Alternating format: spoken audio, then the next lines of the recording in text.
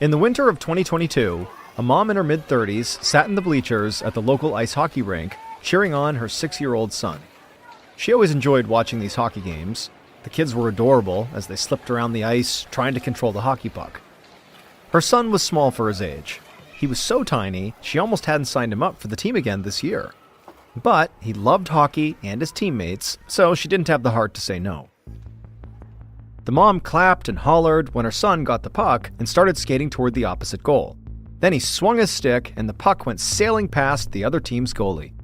Her son threw his arms up in celebration, and then he suddenly crumpled to the ice in pain. Fear ran through the mother as she heard her son's wail. Nobody had touched him. All he'd done was swing a stick and raise his arms. But he was crying so hard, it was like he'd broken a bone or cracked his head open on the ice. The referee skated over to the boy to see what was wrong as the mother raced down the bleachers to her son's side. She didn't know if she should call him an ambulance or just tell him to snap out of it. But judging from how loud he was screaming, the pain he was feeling was very real.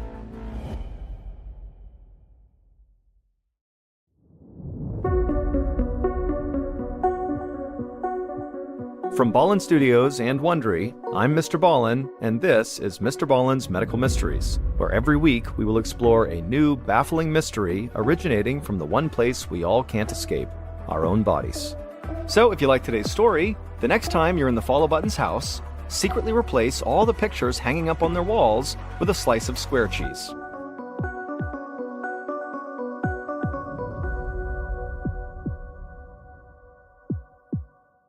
This episode is called 17 Doctors.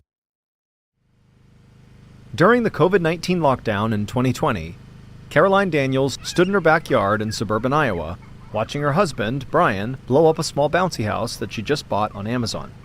Brian had nearly gotten the thing inflated. They'd all been cooped up in the house for over a month because of the pandemic, so it was a godsend that the weather was nice and they'd gotten something fun for the kids to do outside. The moment the bouncy house was inflated, Andrew and Robin went running to it and piled inside with their dad.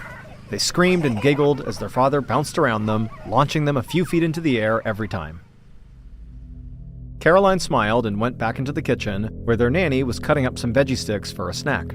She was about to grab a knife and help when the screaming outside turned from fun to painful. Caroline dashed back outside and found her husband kneeling next to Andrew. The little 4-year-old was curled up on his side, sobbing with pain. Caroline helped Brian scoop Andrew into his arms, then followed them inside.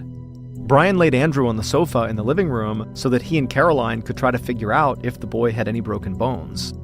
But after a minute of prodding, Caroline felt sure that nothing was seriously wrong. Besides, Brian assured her that Andrew hadn't landed hard or anything. He just bounced a little, then started screaming. This whole situation definitely seemed odd, but Caroline assumed that, he must have just landed at an odd angle or something. She gave him some Motrin to help with the pain, and after a few minutes, Andrew did calm down. And by dinner time, he was back to his usual happy-go-lucky self. By the following morning, Caroline had put the whole bouncy house incident out of her mind. She left Brian watching the kids while she hopped on a morning Zoom call for work. Halfway through the call, though, Caroline heard a piercing scream in the yard. It was Andrew again. She turned off her camera and raced downstairs. By the time she got to the backyard, the nanny was kneeling beside Andrew, who was once again in the fetal position and crying. Caroline asked if Andrew had fallen down, but the nanny said no. He was just standing there, and then he suddenly yelped and fell to the ground, and Andrew had been crying ever since. Caroline couldn't tell if Andrew was truly in pain or if he was just having a meltdown. She picked up her son and asked what was wrong, but it was clear he was in no mood to talk. He just cried. Caroline wasn't sure what to make of it. Andrew was not the kind of little boy to throw temper tantrums, but she also knew that every child gets overwhelmed sometimes. Besides, he hadn't seen his friends in months because of the COVID lockdown, and he was tired of being at home all the time, and so Caroline decided he must just be having a moment. Still, she gave him another Motrin, and about 15 minutes later, Andrew was back to normal. It suddenly occurred to Caroline that Andrew's molars might be coming in, which could be extremely painful. Once he was outside playing with the nanny again, she picked up the phone to call his dentist.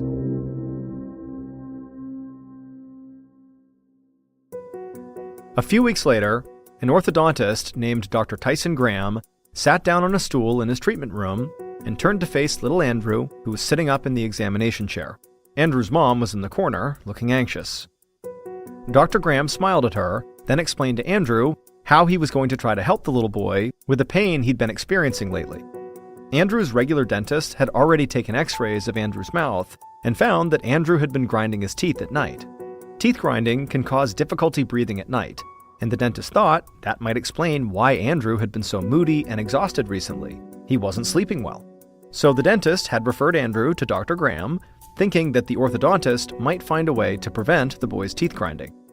But as Dr. Graham examined Andrew's mouth, he found a different issue. Andrew's palate, the roof of his mouth, was too narrow for his age. In Dr. Graham's opinion, that, not teeth grinding, was what was making it difficult for Andrew to breathe at night. He turned to Caroline and explained that if Andrew had a wider palate, he'd very likely feel better. They could put an expander in Andrew's mouth for a couple of months to push the palate out.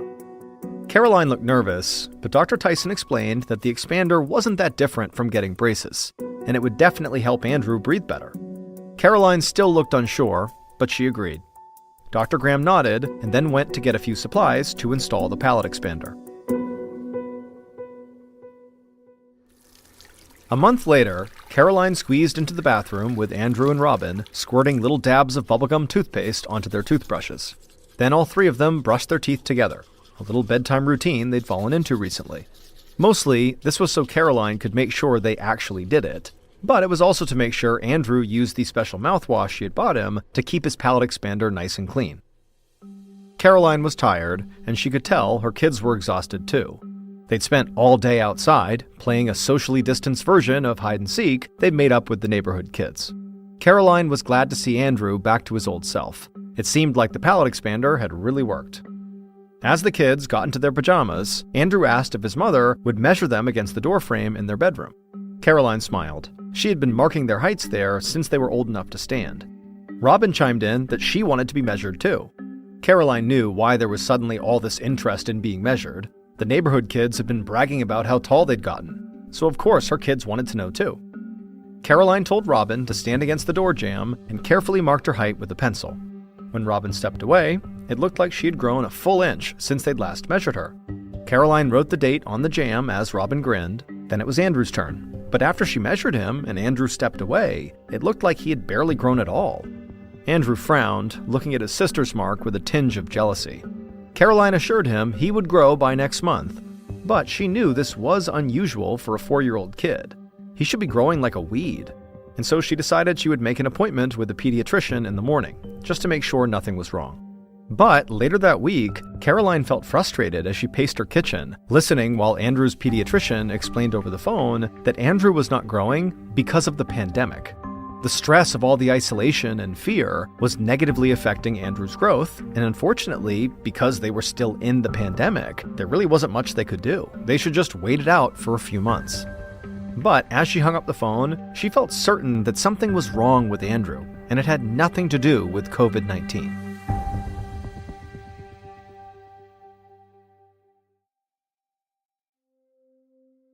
In early 2021, about 9 months after Andrew first started experiencing these sudden bouts of extreme pain, Caroline took him back to his pediatrician for a follow-up. She let Andrew walk ahead of her into the office. She intentionally trailed behind him a little so she could watch his stride. She saw he was dragging his left foot instead of picking it up and actually stepping with it. He'd been doing this whole past week. It was like his right foot was doing all the walking and his left foot was just along for the ride. At this point, it was another symptom to add to the list. Over the past few months, Andrew had been having headaches and meltdowns again. Besides that, he seemed exhausted all the time. The Motrin still helped somewhat, but Caroline could see him getting more solemn and less playful with each passing day. She knew her baby was in pain, and it had to be due to something other than his narrow palate or the pandemic. Caroline had taken him to several doctors, trying to get some answers. A neurologist had told her that Andrew had migraines, while an ear, nose, and throat doctor still believed her son was having breathing issues while sleeping, and so he likely couldn't fall into a deep, undisturbed sleep, which explained why he was so tired.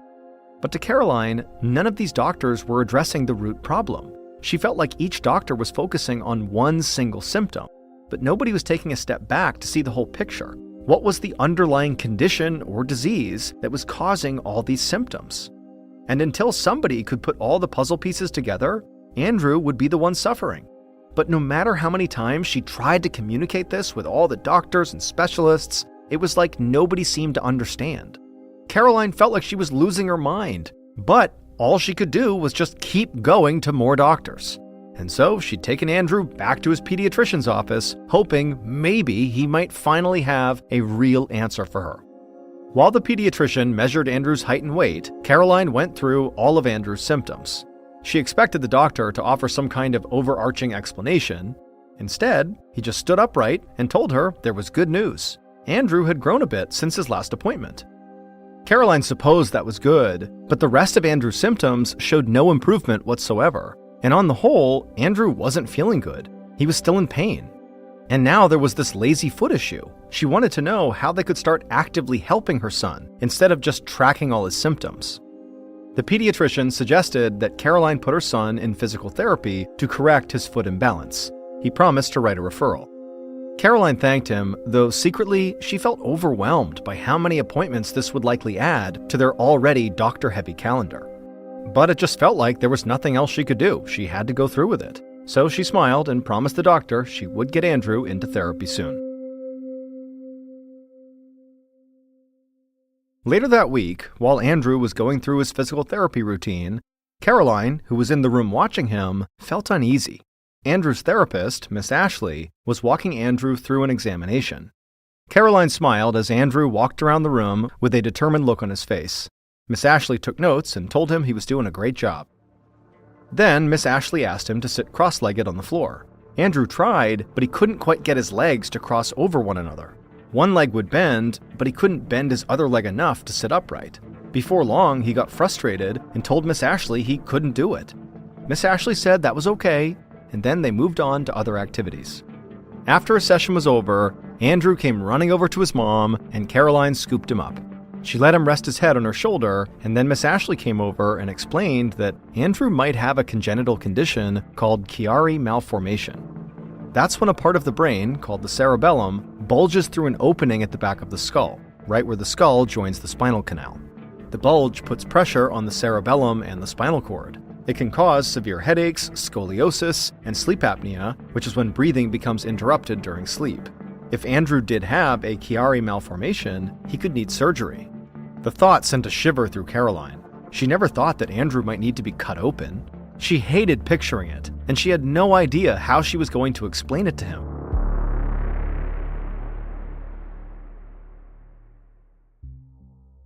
The following winter, in 2022, Caroline was in Andrew's bedroom helping him into his pajamas, the same pair of red flannel pajamas that he'd been wearing for 2 years now. It felt like his sister Robin outgrew her clothes every few months, but Andrew hadn't needed new pajamas or t-shirts since before COVID. Andrew was 6 years old now, but he still looked like he was closer to 4, and this evening he was throwing a tantrum like a bona fide toddler. But Caroline didn't blame him. After dinner, she and Brian had taken Andrew out for ice cream and broke the news. Because of what was going on with him, he had to quit his hockey team. The skating was causing too much pain in his knees and back. It was just too much for his underdeveloped body. At first, Caroline just felt heartbroken for making Andrew so sad. But now, she was so frustrated, she was becoming angry at all the doctors. She was tired of having to tell Andrew that nobody knew why his body was failing him. The latest theory, that Andrew had Chiari malformation, wasn't right either. Andrew had tested negative for the condition last year.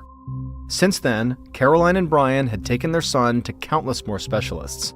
A new pediatrician for a second opinion, a pediatric internist, even an adult internist, just in case they found something different.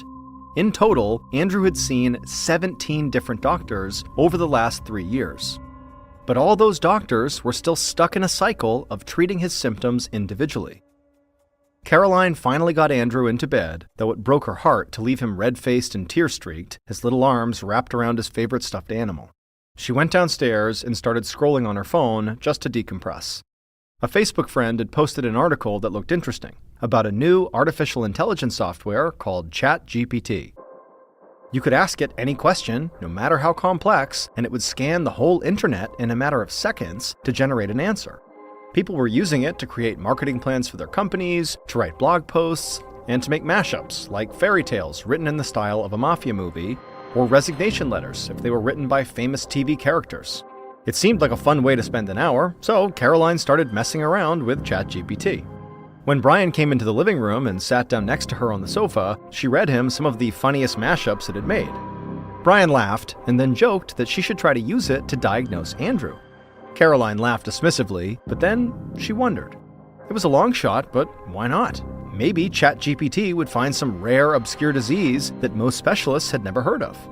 Or maybe it would unearth some clue, some pivotal question to ask that would help one of his doctors see the whole picture. The worst that could happen was nothing, really. So Caroline started typing all of Andrew's symptoms into ChatGPT. She even went and got her copy of medical notes from an MRI he'd gotten and typed them in, line by line. It was a tedious process, especially doing it on her phone, but eventually when she was done, she hit enter and waited.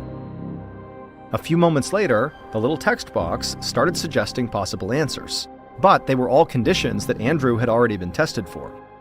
Caroline's heart sank. She felt stupid for thinking this brand new internet AI chat box could magically diagnose her child, but then she realized she actually had left out one of his symptoms, the fact that he could no longer sit cross-legged. She told ChatGPT to redo the search, including that symptom, and within moments, it suggested a condition that she'd never heard of, and none of Andrew's doctors had ever mentioned it either. But as she started reading the symptoms of this condition aloud, Brian sat up straight, his eyes going wide. He ran to get his laptop, and Caroline started researching on her phone. Eventually, she found a Facebook group for families living with and caring for those with this condition, and to her surprise, their stories were nearly identical to Andrew's. A week later, Caroline was bursting with anticipation as she sat next to Andrew in a brand new doctor's office. They were waiting to see Dr. Hannah Gordon, a pediatric neurosurgeon. Caroline had brought a packet of research with her and had it waiting on her lap for when the doctor came in. She hoped that by the end of the appointment, Dr. Gordon would be able to officially diagnose Andrew and that Caroline would finally know what was wrong with her son. When Dr. Gordon finally came into the exam room, Caroline introduced herself and explained that usually she was not one to surf the internet and self-diagnose, but she'd actually found some compelling evidence online, and then she handed over the research packet she'd compiled and she watched the doctor read over it. When Dr. Gordon laid eyes on Andrew's MRI scans, she smiled and told Caroline that she was fairly certain she did know how to help Andrew.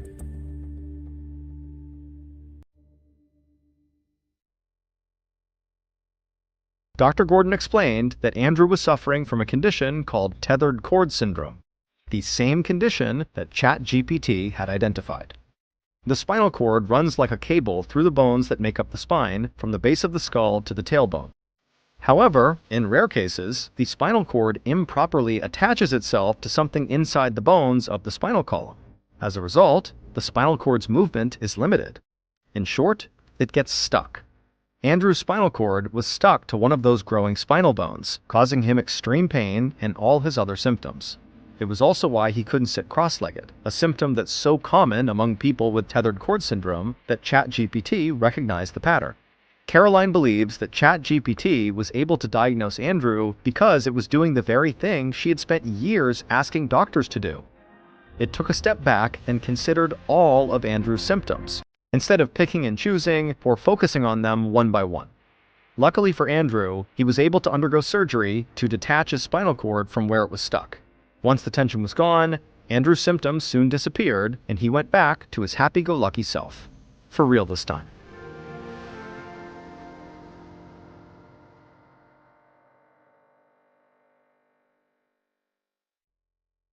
Take a trip to Hawaii, there's a good chance you'll visit the beautiful Rainbow Falls on the eastern side of the Big Island. But if you travel less than a mile upstream of those falls, you'll find an equally beautiful attraction that far less people know about, and it's called the Boiling Pots. 10,000 years ago, after a volcanic eruption, lava was flowing down the side of the mountain when it entered the Wailuku River.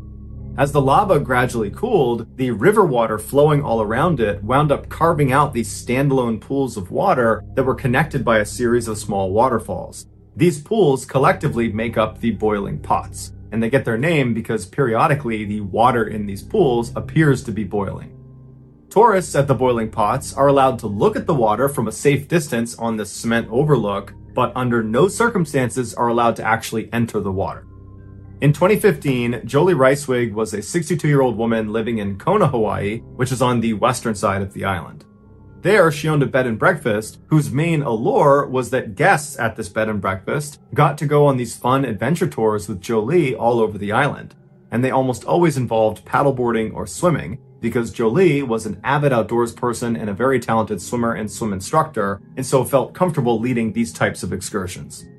On September 14th of that year, Jolie brought one of her male guests from her bed and breakfast out for an adventure tour at the boiling pots. She would have known that it was an off-limits area for swimmers because there were signs up everywhere saying as much, but Jolie wasn't planning to swim in the boiling pots. Instead, she was planning to float on them on inflatable rafts. And so she and this man climbed aboard their respective rafts and began paddling around one of the upper pools, taking in the incredible view of this natural phenomenon. As they were relaxing, suddenly there was this rush of water that came tumbling over the fall that dumped down into the pool they were in. It was a flash flood, and before Jolie and this man could swim outside of the pool and get to safety, the water under them began to churn violently and actually thrust them over the edge down into the next pool. And as soon as they hit the water, they had fallen off of their rafts. So now they're swimming in the water, and they're feeling a current pulling them down and pulling them forward towards the next lip into the next pool. And so they both began desperately swimming towards the edge. Jolie actually grabbed the man and helped push him up and out to safety. And as soon as he was on land, he turned around to grab her, but she wasn't there. And so he's looking around, and all he can see is her raft floating on the surface being taken down into the rapids. And so he thinks, okay, she must have fallen into the next pool. And so on the side of the waterway, he runs down and he's looking into the next pool, the next pool, the next pool, and she's nowhere to be found. And after a few minutes of looking and not knowing where she was, he called the authorities. They came out and they launched this huge search for her, but despite searching the entirety of the boiling pots and all the way downstream, there was no sign of her. And after looking for an entire week, they never found anything. It was like she just disappeared, and so they turned the search off. As devastating as this was for the family to not have closure about what happened to Jolie, this was not a surprising outcome. In fact, it was almost an expected outcome considering why the boiling pots are off limits to swimmers. Each of the pools of water that make up the boiling pots is a deep, nearly vertical shaft of water, and at the bottom of it are these entrances to these underground tunnels, and these entrances are big enough for a person to slip inside of. And these tunnels are not short. They go on for a long ways in all different directions. In a flash flood scenario, that increased water that's flowing down the boiling pots creates this unbelievable current that inside of each of these pools is pulling straight down, which gives the water the impression that it's boiling, because basically the water's tumbling over as it's being filtered up and down inside of this vertical shaft. And so if you get grabbed by this current, it's going to pull you down and into one of these tunnels, and you won't get out again unless the current releases you. And so Jolie, after helping her guest get out of the water to safety, she was pulled down and into one of these tunnels, and she was held there for 5 months until finally the current released her and her remains were spotted just below the pots in a tide pool.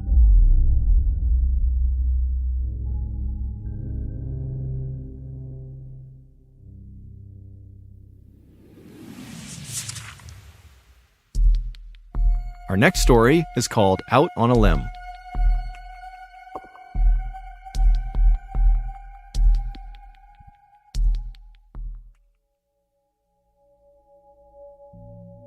On the evening of March 25th, 2017, a 25-year-old farmer named Akbar Solubiro was harvesting palm fruit at the local oil palm grove near his tiny village in Indonesia.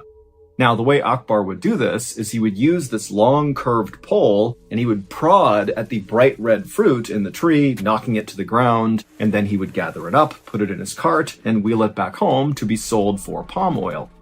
Now, on this night, Akbar was actually working later than usual because his wife and kids were out of town for a couple of days visiting family, and so there was no real reason to head back home because the house was empty. But Akbar was actually just fine with that because there was tons of ripe fruit, and so staying late would be quite profitable. But after a while, when the sun had finally set and it was getting difficult to actually even see the fruit in the tree, Akbar knew he really needed to leave soon because this area at night was actually not safe. And so Akbar gathered up the remainder of his fruit on the ground, he put his pole in the cart as well, and he began quickly making his way back home. Later that evening, one of Akbar's neighbors was asleep in their bed inside of their home when they woke up suddenly to the sound of something out in the jungle, not far from where Akbar had been harvesting palm fruit.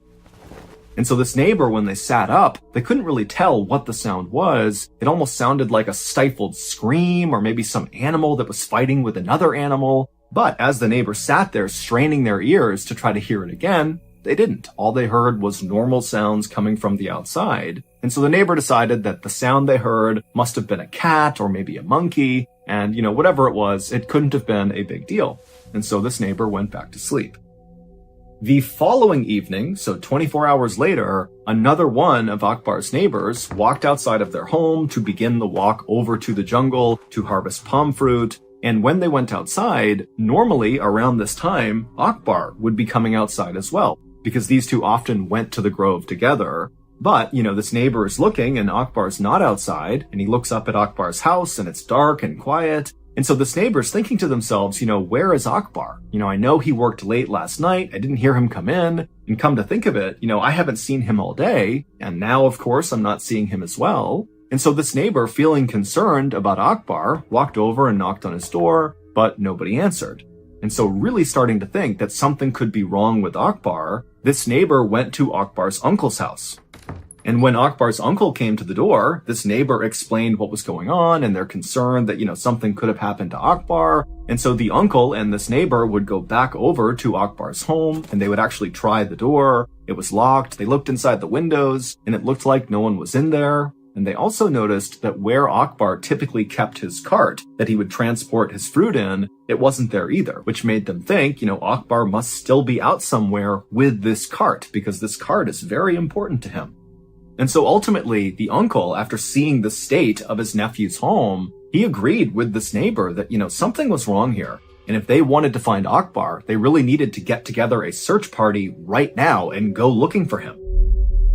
So the uncle contacted the leaders of the village, and they, in turn, rounded up all the able-bodied men in the village, and they all got together with headlamps and flashlights and machetes and knives, and then all together, they began walking away from the village into the jungle in the direction of this palm grove, which was the place that Akbar had been last. And so this big group of men, they get inside the jungle and they begin walking along this path, which was the most likely path that Akbar would have taken to go to the palm grove and also to return from the palm grove. And as they're walking, the sun is starting to set, it's getting dark, and the animals in the jungle, they're all making noises and kind of yelling at this group as they're moving through. And this group, they're shining their light around looking for any sign of Akbar, but there wasn't any. They were calling his name out, there was no response. And then at some point, as they got closer to the palm grove, they noticed there were a couple of bright red fruits, palm fruits, that had clearly been recently harvested that were scattered on the trail. And so the group began to fan out in this area, thinking that, oh my goodness, Akbar must be somewhere nearby. Maybe there was some sort of accident and he's fallen somewhere, or just something's happened to him, but he's got to be in this area. And so the group began fanning out off the trail, kind of hacking their way through all the underbrush. And then suddenly, one of the men, after he hacked through a particularly dense stretch of the jungle, he looked down and saw something and began to scream, and he raised his machete and began running forward. As far as we can tell, this is what happened to Akbar. The previous night, after Akbar had decided, it wasn't safe to be in the jungle at night, he needed to leave, and so he gathered up all of his things and he began walking along that path where the search party would find all that fruit scattered on the trail. And so he's walking along this path and he thinks he's alone, he thinks he's okay, but in reality, he wasn't. He was being watched and followed very closely from something up in the trees. And so as Akbar moved along, this thing was kind of trailing him and seeing what he was going to do. And then at some point, this thing up in the trees began moving its way down closer and closer to Akbar. It was a 23-foot-long reticulated python. It was a massive snake. And this snake came down and launched an attack on Akbar, grabbing the back of his neck with its powerful jaws. And as soon as the snake clamped down on Akbar's neck, he let out a stifled scream, which was the scream that had woken up that other neighbor who sat up in bed wondering what that was. That was Akbar screaming out. But that was the only sound Akbar could make, because immediately the snake wrapped itself all around Akbar and squeezed him tight. And after crushing Akbar, breaking almost every bone in his body, the snake relaxed and then slithered off of Akbar. And so Akbar fell to the ground and was either dead or very close to death. And at this point, the snake opened up its jaws and positioned itself right in front of Akbar's head. And then it began kind of slithering itself forward, consuming Akbar head first. And the way pythons do this is they don't really chew on their victim. Instead, they kind of put their mouth over the top of whatever they're going to consume, and they kind of undulate and walk their bodies forward, driving the victim deeper and deeper into their body until they are completely consumed. And so the next night, when one of the members of the search party had gone off the trail and began hacking away and then saw something and charged after it with his machete, what he was seeing was the python, who very clearly had a person inside of its stomach. You could see the outline of the person. And so this search party member ran forward and hacked the snake, opened it up, and there was Akbar fully dressed and deceased inside of the snake.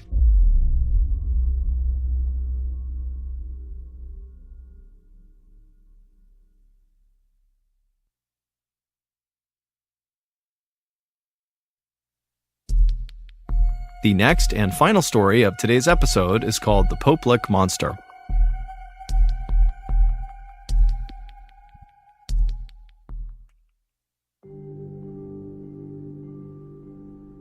While she was in high school in Dayton, Ohio, Raquel Bain became known as a bit of a thrill seeker, primarily because she would do something called car surfing, which is exactly what it sounds like. She would climb onto the exterior of cars and hold on to the roof while somebody else drove it around. In addition to seeking out these physical thrills, Raquel was also drawn to psychological ones, like going to places that were supposedly haunted and seeing if she could spook herself. Following high school, Raquel kind of calmed down and became less of the wild teenager she was known for being, and instead she really focused on building a life and a career for herself. And so she would go to college and she would earn her degree in surgical technologies. And then by 2009, she was employed full-time as a surgical assistant in Dayton. Also around that time, she had her first child, a son who she adored. But despite creating this life full of stereotypically adult, mature things like having a career and starting a family, deep down, Raquel was still very much the thrill-seeking wild teenager she was back in high school. But as an adult, she just never had time to go seek out those thrills. So, with that in mind, fast forward to April of 2016. By this point, Raquel is 26 years old, and that month, a very rare weekend popped up where Raquel did not have to work, and she didn't have any childcare responsibilities. And so, wanting to take advantage of this free time, Raquel asked her boyfriend, 41-year-old David Nee, if he would join her on a road trip that weekend to Louisville, Kentucky, where Raquel wanted to check out the infamously scary Waverly Hills Sanatorium. Back in the 1900s, Waverly Hills was a place where tuberculosis patients were sent. Tuberculosis, or TB for short, is an infection of the lungs, and it can be deadly. Today, there's a cure for it, but back in the early 1900s, there wasn't. And so most of the people who went to Waverly Hills died there, and usually very slowly and painfully, and in total isolation from their families, because in virtue of being sent to Waverly Hills, they were effectively being quarantined to stop the spread of the disease. Waverly Hills would eventually shut down permanently in 1961 because by that point the cure had been found, and after it shut down, the building basically just sat there. Nobody else came in and turned it into anything else. And so this building is basically abandoned, and lots of people began sneaking in to see what it was like in there, and a shocking number of these trespassers reported seeing ghosts inside. Today, the sanatorium is still very much in the same condition it was left in, but the Waverly Hills Historical Society has stepped in and made it very hard for people to sneak into the building, However, knowing people do want to go in and look around, the Historical Society has begun offering guided tours of the sanatorium, and these tours are given exclusively at night to increase the spooky effect. And so David, who had only been dating Raquel for a month when she asked him to come with her to the sanatorium, he was not really that keen on doing this. It did not really appeal to him to go walking around this totally terrifying place, but he could tell it was important to Raquel. She was really excited about it, and so he agreed to go. A few days later, on the late afternoon of April 23rd, the new couple left Raquel's place, they climbed into the car, and they began driving south. 3 hours later, they arrived in Louisville and they stopped to get dinner. And then after they were done eating, they looked at the time and realized it was only about 6:45 p.m. and the tour they had scheduled at the sanatorium was not until 10 p.m. So they had a few hours to kill. And before David could suggest anything, Raquel already had the perfect idea of how they should kill this time. She told David that earlier that day, she had learned about a spot just outside of Louisville that might actually be more terrifying than the sanatorium they had come all this way to see. And so Raquel wanted to spend these few hours checking out this new spooky spot. This spooky spot was a rickety old, narrow, abandoned-looking bridge called the Pope Lick Trestle. It's located just east of downtown Louisville in this heavily wooded area. The bridge is about 800 feet long, and at its highest point, right in the middle of the bridge, it's about 90 to 100 feet off the ground. And this bridge connects the tops of two of the bigger rolling hills in the area. But the bridge's physical appearance has nothing to do with why it's considered so spooky. The reason the Pope Lick Trestle has become a central part of Kentucky folklore is because locals say there is a monster called the Pope Lick Monster that lives underneath the bridge. It's half goat, half man, and when anyone is near this bridge at night, this monster is supposed to come out from underneath this bridge, and then what happens next is very ambiguous. It kind of depends on who you're talking to. But generally speaking, once the Pope Lick monster has emerged and it sees you, you're dead. Now, how you die ranges from the monster leaping out and attacking you with an axe to the monster using some sort of mind control to lure you up onto the bridge where you leap off. David, after hearing this suggestion, was again not really that keen to go do this really terrifying sounding thing, but seeing the excitement in his girlfriend's face, he agreed to go. And so the two left the restaurant, they climbed back in the car, and they drove for about 15 or 20 minutes to the Pope Lick Trestle Bridge. The bridge actually passed over a relatively main road, and so the couple parked just off the side of this main road. And then once they were outside, they began looking for a pathway up this hillside to get up to the bridge. And very quickly, they found a well-worn dirt path that snaked up the side of this wooded hillside that looked very much like it would bring them up to the bridge. So with Raquel in front and David behind her, they began walking up this dirt path. And as they're walking, they start to see signs that clearly say, "No trespassing." But they ignore them because they're looking at this path thinking, okay, lots of people clearly come up here, so we've got to be okay. And so they keep on walking up this path and they're getting closer and closer to the top of this hill where they think it's going to connect with this bridge. And right as they're getting close, they see there's this huge chain link fence, this 8-foot tall chain link fence with barbed wire across the top that extends in either direction out of view. And so the couple walks up to this fence and there are more signs that say no trespassing, private property, and there are additional warning signs saying that what is on the other side of this fence is also just plain dangerous, so turn around and leave.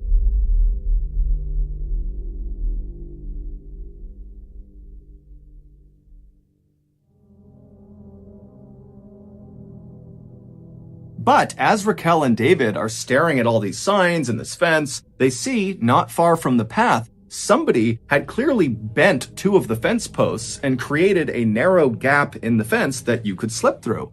And so from David and Raquel's perspective, that looked like the way other trespassers must have found their way up to the bridge, and so it must be safe.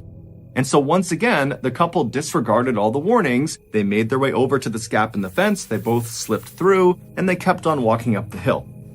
Just a couple of minutes later, they reached this clearing, which was at the top of this hill, and once they were in this clearing, they were able to turn, and they could actually see the bridge. It was only a couple 100 feet away from them, and it was totally intimidating. By this point, it's totally dark out, and from their perspective, all they see is this very narrow bridge that they know is 100 feet off the ground at certain points, and they can see there's no guardrails on either side of this bridge. It would have almost looked like a tightrope kind of extending off into the darkness. But even if the couple was really intimidated by the sight of this bridge and with all these warning signs before it, they were able to put their fear aside and just keep on going. And so with David now in the lead and Raquel behind him, they walked the couple of 100 feet over to the start of this narrow bridge, and when they got there, without actually stepping onto the bridge, David came to a stop, he turned around to face Raquel, and he gestured for her to come stand next to him so they could take a selfie with the bridge in the background.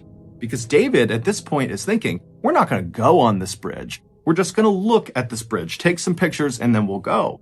But Raquel, who he's looking at, gesturing to come stand with him, just walks right past him onto the bridge and takes several steps out onto this narrow, rickety old thing, and then she stops, turns around, and gestures for David to come with her and walk across the entire bridge. And David, again, is having his second thoughts, but he sees Raquel wants to do this, and so he agrees to go. After they had walked about 100, maybe 200 feet across this bridge, the two of them just started laughing because it was totally exhilarating what they were doing. Not so much the quest for the Popelik monster, but rather the very real risk they were taking walking this tightrope bridge in the middle of the night. The couple would continue to very cautiously but quickly make their way across this bridge, and when they reached about the halfway point, when they were at the highest point from the ground, the bridge itself begins to shake. And then from behind them, they hear this loud grinding sound.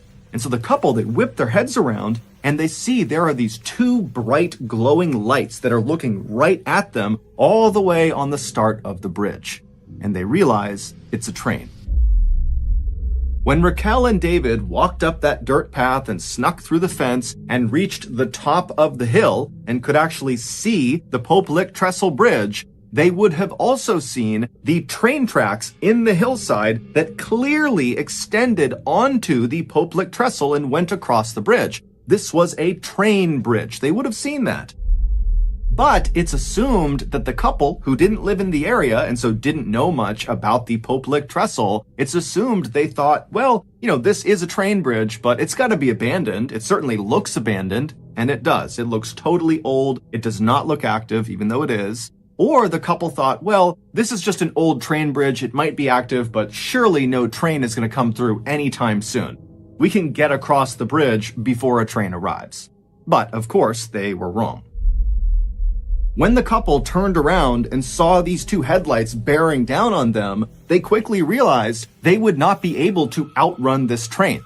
The train's clearly trying to stop. It has seen them. It's hitting its brakes. It's sounding its horn, but it's just clearly moving too quickly. So they cannot run to the other side to safety.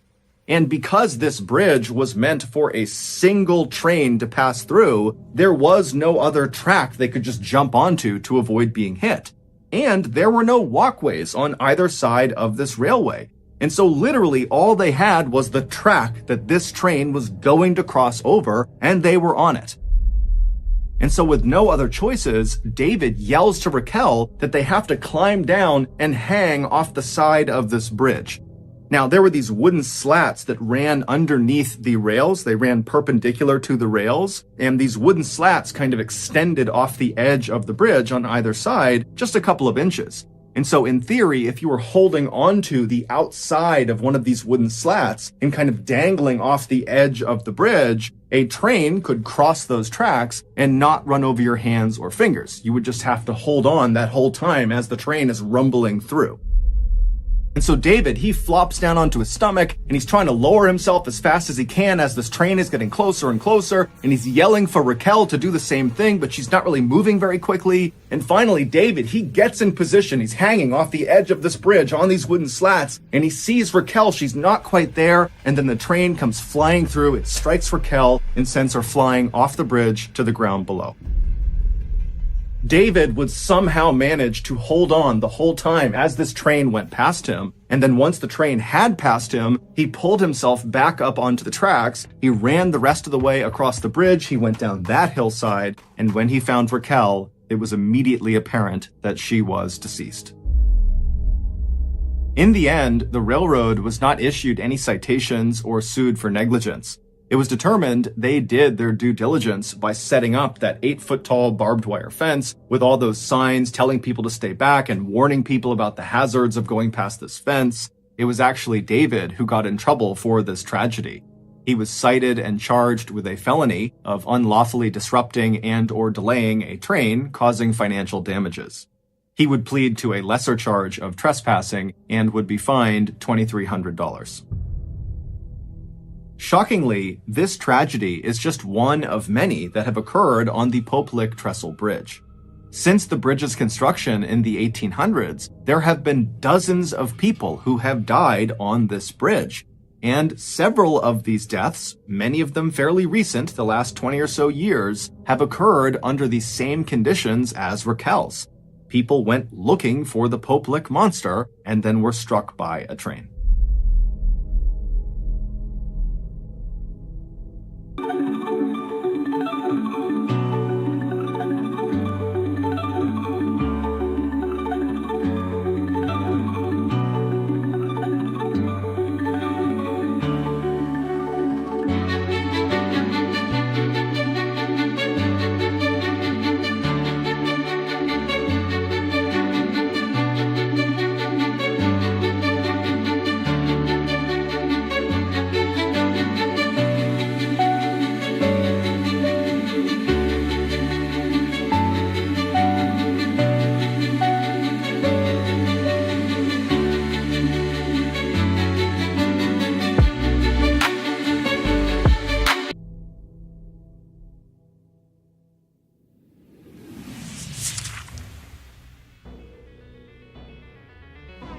Thank you for listening to the MrBallen podcast. If you enjoyed today's stories and you're looking for more bone-chilling content, be sure to check out all of our studio's podcasts, MrBallen's Medical Mysteries, Bedtime Stories, and Run Fool. Just search for Ballen Studios wherever you get your podcasts and you'll find them all.